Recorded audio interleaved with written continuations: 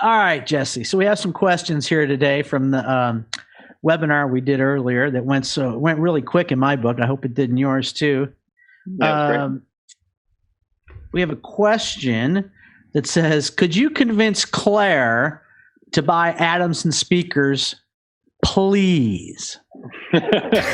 They already own some. yeah. They did own some at one point. They had bought a company called Towers Productions in Toronto once upon a time.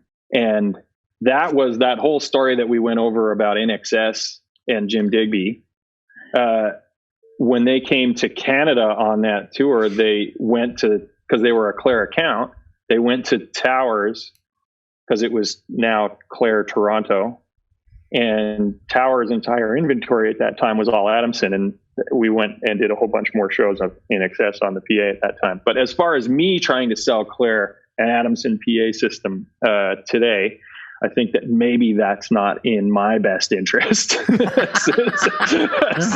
since we own Adamson at Sound Image, and it's maybe not the best direction. But maybe Sean Clare can get on the horn with my old man or something, and see if they can crack a deal together. Yeah. And what all the PAs do you have at Sound Image? You mentioned Adamson and we mentioned VTX. Is there any more you have there?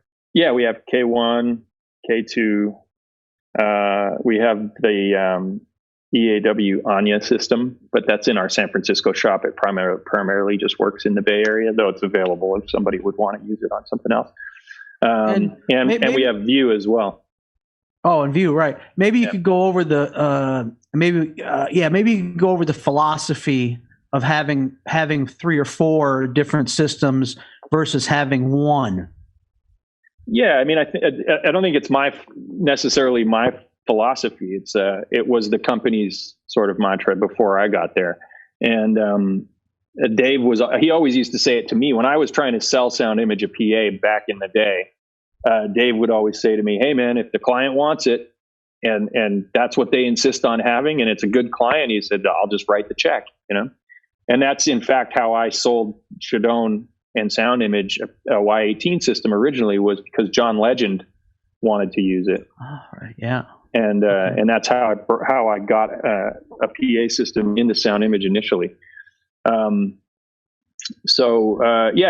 think the sort of company philosophy is that if a lot of other companies out there tell you, well, this is what we do. You get this, or you can't have anything, or they try to convince you into taking it. Whereas at Sound Image, we were always a company that said, "Hey, we'll give you what you want. We'll try to make it work." And it doesn't always work. Obviously, you can't always buy something. It doesn't always financially make sense. But if it's the right fit or the right relationships and all those things, then you go out of your way to make the client happy.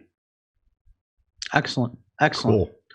Very good answer, because there's different philosophies out there and how to be a service company and how to do that and sell it and all that kind of stuff. All right.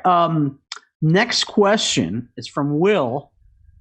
And he says, does Dave, and I guess he's meaning Mr. Shadone, fully forgive you for the Super Bowl incident? And I'm hoping that it didn't have anything to do with the power going out at the Super Bowl that one year or anything that. No. It's actually. Let's hope it's something a little simpler than that, but okay. It's way simple, actually. Okay, great. It is that Will mixes Dermot Kennedy, and they were in town on tour, and rather than going out for dinner on a night off, we brought them over to my house because it was Super Bowl Sunday, and when they came here to do this thing, and a bunch of the guys from the crew came or whatever, and because they were all coming over, Dave Shadone lives only 5 minutes from my house as well, so Dave came down with his wife, and we kind of had a small Super Bowl party here. And I don't have cable in my house. I have no TV. I just have Wi-Fi, and I watch Netflix or whatever, right? And my Wi-Fi kept dropping out, and so the Super Bowl experience was maybe less than desirable for a football fan or whatever, because it kept kind of screwing up and going.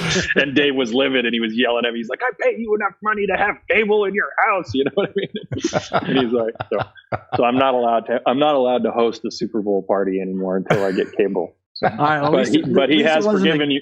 He's forgiven me, but he's given me a set of rules when it comes to Super Bowl parties. At least it wasn't a gig incident. I'm glad to hear that. Yeah. Okay, so now Angelo's asking, they have Spectryx and McCarthy in their church. When is this out of life?